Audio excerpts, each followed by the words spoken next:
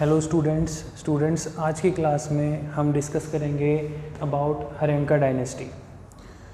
Students ये वो time period है जिसको आप कह सकते हो pre Mauryan era. Basically Haryanka dynasty की शुरुआत होती है जब हमने पढ़ा था कि महाजनपदास बने थे। तो महाजनपदा का मतलब क्या होता है आपको पहले ये पता होना चाहिए। महाजनपदा मतलब कि इंडिया में जो बड़ी रिपब्लिक स्टेट थी तो वो रिपब्लिक स्टेट्स को महाजनपदा कहा जाता था। जैसे आज भी आप बहुत सारे इंडिया में ऐसी स्टेट्स और उनके डिस्ट्रिक्ट्स हैं उनको जनपद कहा जाता है। तो जनपद वर्ड मतलब डिस्ट्रिक्ट। तो ये जनपद वर्ड कहाँ से आया? ये जनपदास से आया। महाजनपदास जो है एंशिएंट टाइम में कहा जाता था। तो स्टूडेंट्स ये एंशिएंट हिस्ट्री का एक इम्पॉर्टेंट टॉपिक है जिसमें कि आगे हम पढ़ेंगे मौर्य काल से पहले का समय। ठीक है, मौर्य एम्पायर शुरू होने से पहले इंडिया में कैसी सिचुएशन थी, ठीक है, कैसे रूलर्स जो हैं वो रूल कर रहे थे और कैसे उस टाइम पे आप ये कह सकते हो कि बहुत बड़े लेवल पे इंडिपेंडेंट स्टेट्स थी, सॉवरेन स्टेट्स थी। ठीक है जी, जहाँ पे अगर रिपब्लिक की बात हो रही है स्टूडेंट्स, रिपब्लिक मीन्स एक गणतंत्र राज, एक ऐसा राज जहाँ पर कि लोगों के लिए जो रूलर हैं लोगों के लिए सोच रहे हैं और लोगों द्वारा चुने गए हैं। ठीक है, तो चलिए शुरू करते हैं स्टूडेंट्स। सबसे पहले हम डिस्कस कर रहे हैं हर्यंका डायनेस्टी। हर्यंका डायनेस्टी में इस डायनेस्टी का जो पहला रूलर था उसका नाम था बिंबिसार। कंफ्यूज मत होना, एक राजा बिंदुसार भी आएगा। बिंदुसार जो होगा ना वो चंद्रगुप्त मौर्य का बेटा होगा और ये बिंबिसार है। बहुत बार बच्चे छोटी छोटी चीज़ों को लेकर कंफ्यूज हो जाते हैं। ठीक है, तो स्टूडेंट्स आपने इस चीज़ को लेकर कंफ्यूज नहीं होना। हर्यंका डायनेस्टी कौन था भाई फाउंडर? बिंबिसारा। ठीक है, अब ये जो बिंबिसार था ये आप कह सकते हो एक इंडिपेंडेंट रूलर था। ठीक है, और बिंबिसार जो था they build the capital city Rajgir. Rajgir जो है, जो इसने बिहार वाला जो रीजन है ना आज की डेट में, उस प्लेस पे बिहार वाले रीजन पे मतलब ईस्टर्न इंडिया वाली साइड में इसने अपनी कैपिटल बनाई थी Rajgir, with surrounded by 5 hills open with very closed stone wall. कहते जी इसका जो एम्पायर था ना, इसका जो पूरा का पूरा एम्पायर था, इसकी जो टेरिटरी थी वो 5 बड़ी बड़ी पहाड़ियाँ, राजगीर माउंटेन्स, 5 बड़ी पहाड़ियों के बीच में जो आप कह सकते हो नीचे प्लेन एरिया है वो इसका सारा टेरिटोरियल एरिया था। और जो इसका द्वार, इसके आप कह सकते हो इसके एम्पायर का जो द्वार था, जहाँ को मुख ओपन होता था, वो it was closed with a stone walls. तो मतलब कि बड़ी बड़ी नेचुरल चट्टानों से जो है वो बना हुआ था, ढका हुआ था। तो इसलिए आप ये कह सकते हो कि इसका अपना एक सॉवरेन स्टेट था। सॉवरेन स्टेट का मतलब होता है स्टूडेंट्स कि एक ऐसा स्टेट, एक ऐसी टेरिटरी जहाँ पर कोई दूसरी स्टेट से उसको हेल्प नहीं लेनी पड़ रही। ठीक है, जहाँ पर वो अपनी स्टेट को खुद चला रहा है। जैसे India is a sovereign state. ठीक है, इंडिया को कोई दूसरी कंट्री तो नहीं चला रही। ठीक है, और वर्ल्ड लेवल पे हम कंट्रीज़ को स्टेट्स के नाम से भी संबोधित करते हैं, स्टेट कह के भी बुलाते हैं। ठीक है, तो इन छोटी छोटी चीज़ों पे कंफ्यूज नहीं होना आपने। So students, he was a contemporary of Gautam Buddha and Mahavira. जो महावीरा जी थे और गौतम बुद्ध जी थे। ठीक है, गौतम बुद्ध भगवान और महावीरा भगवान जो थे, महावीरा जी जैनिज़्म के गुरु हुए हैं, जैन धर्म के आखिरी तीर्थंकर हुए हैं, और गौतम बुद्ध जी बुद्ध धर्म के अनुयायी हुए हैं। तो ये कंटेम्पररी था गौतम बुद्ध जी का और महावीरा जी का। कंटेम्पररी का मतलब क्या होता है स्टूडेंट्स? कंटेम्पररी मतलब समकाली। समकाली मतलब उस समय के दौरान, उस काल के दौरान। ठीक है, तो जो हर्यंका डायनेस्टी का बिंबिसार था ये क्या था? कंटेम्पररी था। किसका? गौतम बुद्धा का और महावीरा का। ठीक है, कंटेम्पररी था, उनके समय के दौरान था। मतलब जिस समय पे गौतम बुद्ध जी, महावीरा जी जीवित थे तो उस टाइम पे ये भी प्रेजेंट था, उस समय पे ये भी जीवित था धरती पे। ठीक है, ये कह सकते हो आप। ही डिफीटेड अंग किंग ब्रह्मदत्त। अंग नरेश का जो राजा था, ठीक है, अंग नरेश, अंग किंग, अंग स्टेट का जो रूलर था उसका नाम था ब्रह्मदत्त। ठीक है, Brahmadatta and strengthening the owning position with the matrimonial alliance. कहते जी इसने अंग नरेश के राजा को अंग प्रदेश के राजा को ब्रह्मदत्त को हराया और उसके बाद अपनी जो पावर है उसको एनहांस किया, इंक्रीज़ किया with matrimonial alliance, with matrimonial alliance. बहुत इंपॉर्टेंट पॉइंट है स्टूडेंट्स, मतलब पहला कोई ऐसा राजा हो रहा है, देखो एंशिएंट टाइम का, कितने हज़ार साल पुरानी बात हो रही है, और जो अपनी पावर को एनहांस करने के बारे में सोच रहा है, कैसे? Through matrimonial alliance. मतलब कि कोई दूसरी स्टेट के पावरफुल रूलर की डॉटर से मैरिज करके ये अपनी पावर इंक्रीज़ कर रहा है।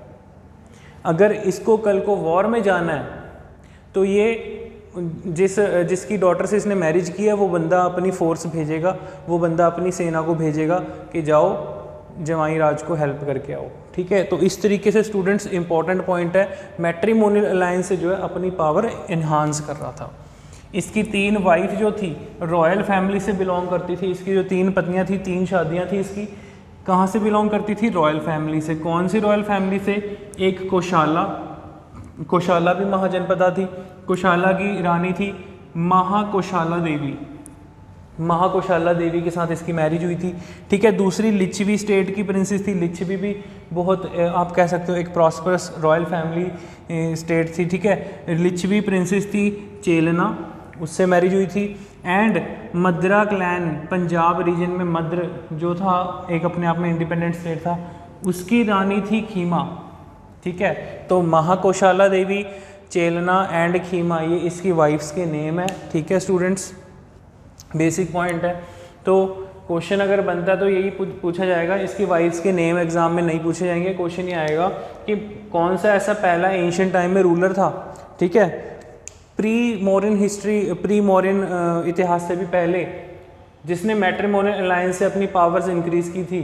Answer is Bimbisara. ठीक है, बिंबिसार की कैपिटल कहाँ थी, ये क्वेश्चन आ सकता है। बिंबिसार कंटेम्प्रेरी किसका था, या गौतम बुद्ध जी और महावीरा जी के टाइम पे कौन सा रूलर कंटेम्प्रेरी था उनके। ठीक है, तो आंसर इज बिंबिसार। ऐसे क्वेश्चन स्टूडेंट्स एग्जाम में पूछे जा सकते हैं। नेक्स्ट, बिंबिसार के बाद, उसकी डेथ के बाद अगला राजा बनता है अजातशत्रु। अजातशत्रु अपने ही पिता को मार के, अजातशत्रु बिंबिसार को मार के खुद नेक्स्ट गद्दी पे बैठ जाता है, अपने आप को राजा डिक्लेयर कर देता है। तो स्टूडेंट्स पुराने समय पे ऐसे ही होता था, पहले कौन सा कि कोई लॉ होता था या कोई कॉन्स्टिट्यूशन था या प्रेसिडेंट ऑफ इंडिया हुआ करता था जो सबको शपथ दिलवाएगा, कोई बंदा प्रधानमंत्री बन रहा है या गवर्नर बन रहा है, उसको शपथ दिलवा रहा है भाई ये अभी स्टेट का गवर्नर है। पहले क्या होता था, जो भी पर्सन किसी किंग या रूलर को मार देता था, अपने आप को सेल्फ डिक्लेयर रूलर घोषित कर देता था। अजातशत्रु जो था 492 बीसी से लेके 460 बीसी के बीच में रूल करता है। ठीक है जी, टाइम पीरियड उल्टा चल रहा है, 492 बीसी से 460 बीसी, बिफोर क्राइस्ट, मतलब लगभग जीसस क्राइस्ट के 492 साल पहले से लेके उनके जन्म से 460 साल पहले तक जो है किसका रूल था उस टाइम पे, अजातशत्रु का, इंडिपेंडेंट स्टेट पे अपनी। ठीक है, son of Chellana and Ajatashatru. ठीक है जी, son of Chellana and Bimbisara आया, बिंबिसार, चेलना और बिंबिसार का बेटा था जी अजातशत्रु। ठीक है, अजातशत्रु जो है इसने अपने ही पिता को मार के, ठीक है, बिंबिसार को मार के खुद अपना रूल स्थापित किया था। ठीक है, इंपॉर्टेंट पॉइंट है। He patronize the first Buddhist council, Buddha died in his reign. इसने अपने समय पे पहली जो आप कह सकते हो जो बुद्ध काउंसिल हुई थी, जो बुद्ध धर्म को प्रचार करने के लिए पहली बुद्ध महासभा हुई थी, आप ये कह सकते हो स्टूडेंट्स, तो वो किसके टाइम पे हुई थी, अजातशत्रु के टाइम पे। ठीक है, अजातशत्रु जो था son of Chellana and Bimbisara, और he patronize the first Buddhist council. और गौतम बुद्ध जी की डेथ भी आप कह सकते हो इसके समय के दौरान, इसके रेन मीन्स उसका काल, उसके समय पे। ठीक है, गौतम बुद्ध जी की डेथ हो गई थी। नेक्स्ट है Udayin. Udayin was a son and successor of Ajatashatru. अब ये जो उदाइन है ये अगला रूलर बन रहा है हर्यंका डायनेस्टी का।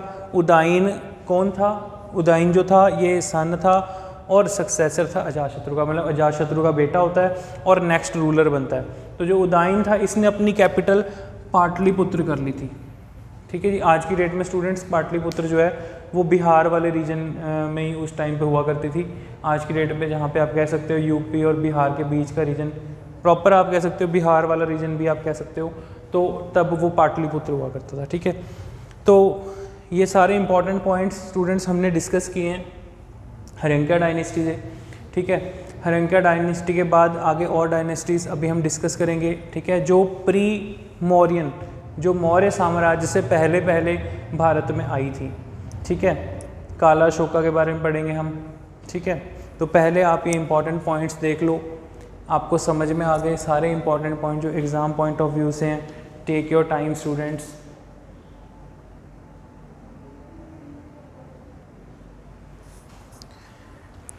Okay students, now come to the next point. Next is Shishunaga dynasty. So student, Shishunaga कौन था जी? Shishunaga dynasty, Shishunaga was the minister of Nagadasaka and was elected by the people. Elected by the people मतलब लोगों के द्वारा चुना जा रहा है, मतलब कि यहाँ पर बात हो रही है एक रिपब्लिक स्टेट की। तो स्टूडेंट्स हमें इससे ये पता चलता है कि हमारे एंशिएंट इंडिया के टाइम से ही रिपब्लिक स्टेट्स डेवलप थी। एंशिएंट इंडिया के टाइम से ही जो राजा था वो लोगों के द्वारा चुना जा रहा था। ठीक है, तो उससे ये हमें पता चल जाता है। सो मिनिस्टर ऑफ नागदासक था। ठीक है जी, शिशुनाग डायनेस्टी अपनी शुरू करता है, लेकिन ज़्यादा लंबे समय तक नहीं रहती। आप ये कह सकते हो कि शिशुनाग ने अपनी डायनेस्टी चलाई थी, फिर इसने अपनी कैपिटल शिफ्ट कर दी थी। ठीक है जी, वैशाली। देन उसके बाद नेक्स्ट रूलर था काला अशोका। ठीक है, काला अशोका, अशोका से मत कंपेयर करना। ठीक है, ये अलग रूलर है काला अशोका। ही सक्सीडेड बाय शिशुनाग। काला अशोका में से एक ही क्वेश्चन एग्जाम में पूछा जाता है स्टूडेंट्स। सेकंड बुद्धिस्ट काउंसिल कहाँ हुई थी? वैशाली में। आज की डेट में बिहार में है ये जगह। ठीक है, सेकंड बुद्धिस्ट काउंसिल कहाँ पे हुई थी? वैशाली में। और जब सेकंड बुद्धिस्ट काउंसिल हुई तो उसका बुद्धिस्ट काउंसिल का हेड कौन था? सबाकमी। ठीक है, सबाकमी जो था, Sabakami was the president of this council. तो सेकंड बुद्धिस्ट काउंसिल किसके टाइम पे हुई थी? काला अशोका के टाइम पे। काला अशोका के टाइम पे सेकंड बुद्धिस्ट काउंसिल कहाँ पे हुई थी? वैशाली में। किस ईयर हुई थी? 383 BC में। और तब कौन था बुद्धिस्ट काउंसिल का हेड? सबाकमी। ठीक है जी, तो ये इंपॉर्टेंट पॉइंट है स्टूडेंट्स। नेक्स्ट है, इसके बाद आई थी नंदा डायनेस्टी। नंदा डायनेस्टी जो थी स्टूडेंट्स, नंद साम्राज्य बहुत बड़ा था। नंदा डायनेस्टी जो थी वो किसने शुरू की थी? महापद्म नंदा।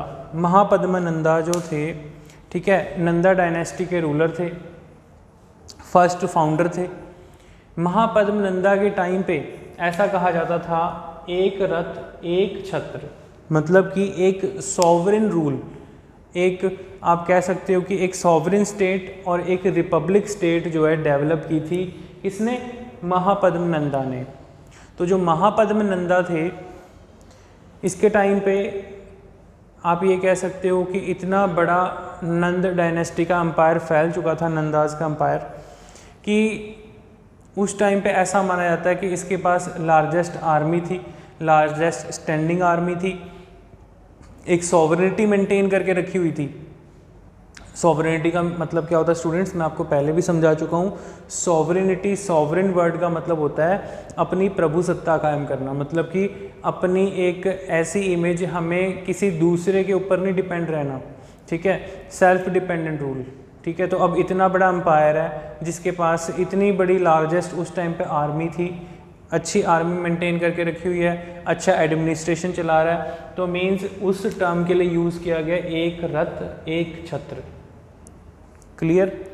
तो founded Nanda dynasty by Mahapadma Nanda, founder था। लेकिन जो इसका लास्ट रूलर था, लास्ट रूलर वाज धनानंद। ठीक है जी। सो ऐसा भी कहा जाता है कि जो नंदा डायनेस्टी के रूलर थे, they were the first empire builder in Indian history.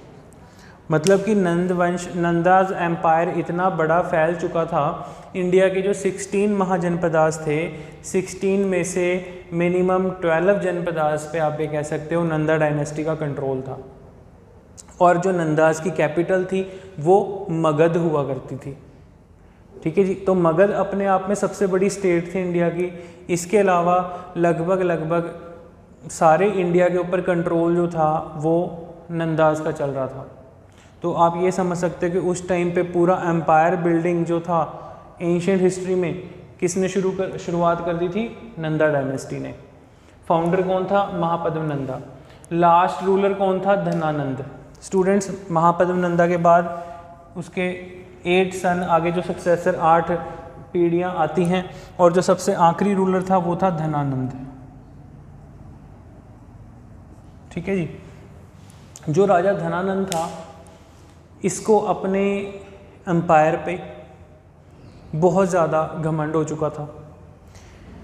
Dhanananda के पास ऐसा कहा जाता है कि इतनी बड़ी स्ट्रॉन्गेस्ट और लार्जेस्ट आर्मी थी, इतना ज़्यादा वेल्थीएस्ट रूलर था उस टाइम स्टेट का, कि कोई भी छोटे मोटे रूलर उससे लड़ाई नहीं करते थे। सब रूलर्स उसकी सॉवरेनिटी को, उसकी प्रभुसत्ता को सबसे सुपीरियर, सबसे ऊपर रखते थे।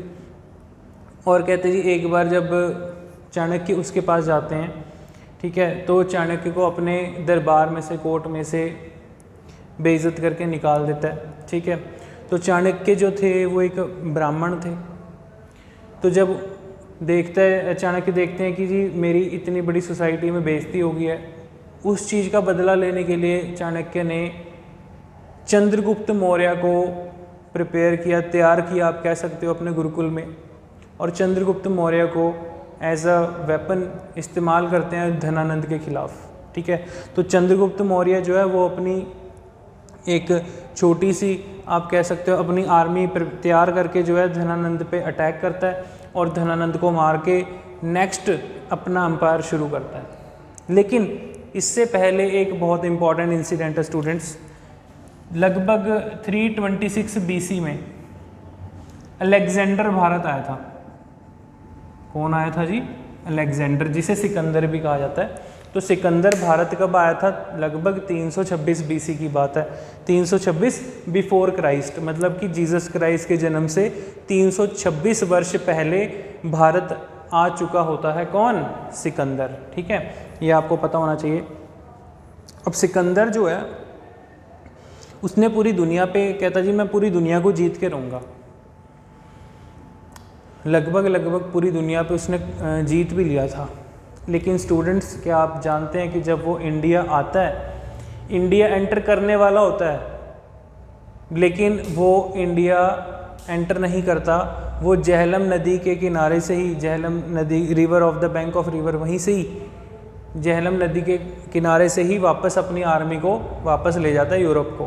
कहता है जी चलो वापस इंडिया में एंटर करना मुश्किल है। उसके पीछे एक दो कुछ कारण थे, वो अभी हम डिस्कस करते हैं। पहले हम थोड़ा सिकंदर के ऊपर डिस्कस कर लेते हैं। स्टूडेंट, जो सिकंदर था वो इंडिया जब एंटर करता है, बेसिकली अगर मैं आपको एक थोड़ा सा हिंट दूं,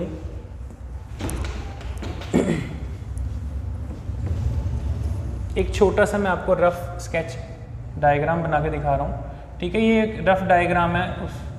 उस टाइम पे कोई प्रॉपर इंडिया का मैप नहीं था बेसिकली।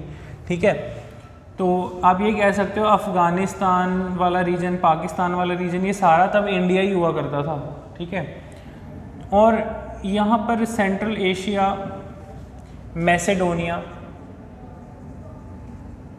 मैसेडोनिया से जो है सिकंदर भारत आता है। ठीक है, जो सिकंदर था वो भारत आया था मैसेडोनिया से।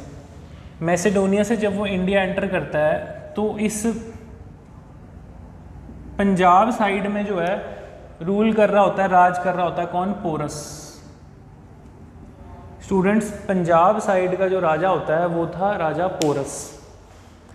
जब पोरस को पता चलता है कि सिकंदर भारत आने वाला है, तो पोरस अपनी आर्मी के साथ डट जाता है वॉर के लिए। पोरस और सिकंदर के बीच में बैटल हुई थी स्टूडेंट्स। ये बैटल का क्वेश्चन आ सकता है, battle of Hydaspes. Battle of Hydaspes, Jhelum नदी के किनारे। ठीक है जी, बैटल ऑफ हाइडस पास, ये क्वेश्चन पेपर में पूछा जा सकता है। पहले भी पूछा गया बहुत बार कि ये बैटल ऑफ हाइडस पास किसके किसके बीच में हुई थी? सिकंदर, या आप कह सकते हो अलेक्जेंडर एंड पोरस के बीच में, सिकंदर एंड पोरस के बीच में। तो पोरस इस बैटल में स्टूडेंट्स हार जाता है। पोरस बहुत बड़ा रूलर नहीं था, बहुत छोटा ही रूलर था। सिकंदर के पास बहुत बड़ी लार्जेस्ट आर्मी थी, भारत पे हमला करने आया था इतनी बड़ी सेना लेके। तो पोरस बहुत ब्रेवरी से, बहुत हिम्मत से लड़ता है बैटल को, लेकिन इस बैटल को हार जाता है। फिर सिकंदर जाते समय पोरस का राजपाट उसे वापस कर गया था, कहता जी जो भी है ये मतलब मेरी इतनी बड़ी आर्मी के आगे अपनी छोटी सी आर्मी के साथ बहुत ब्रेवरी लड़ा, ठीक है। जाते समय उसका राजपाट सब उसको वापस करके जाता है।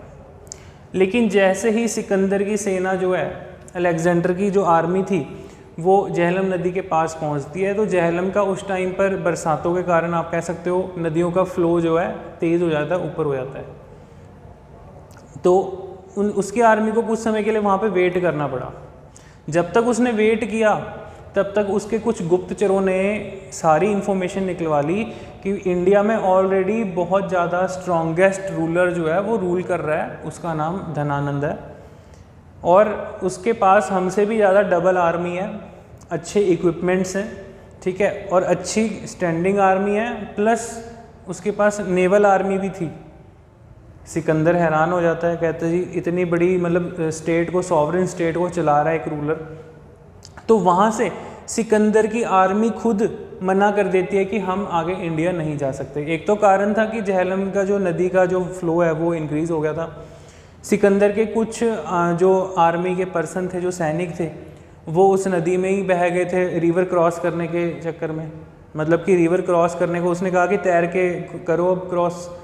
तो कुछ सैनिक जब बह गए तो बाकियों ने कह दिया इतने तेज़ फ्लो में हम नहीं क्रॉस कर सकते, उन्होंने मना कर दिया।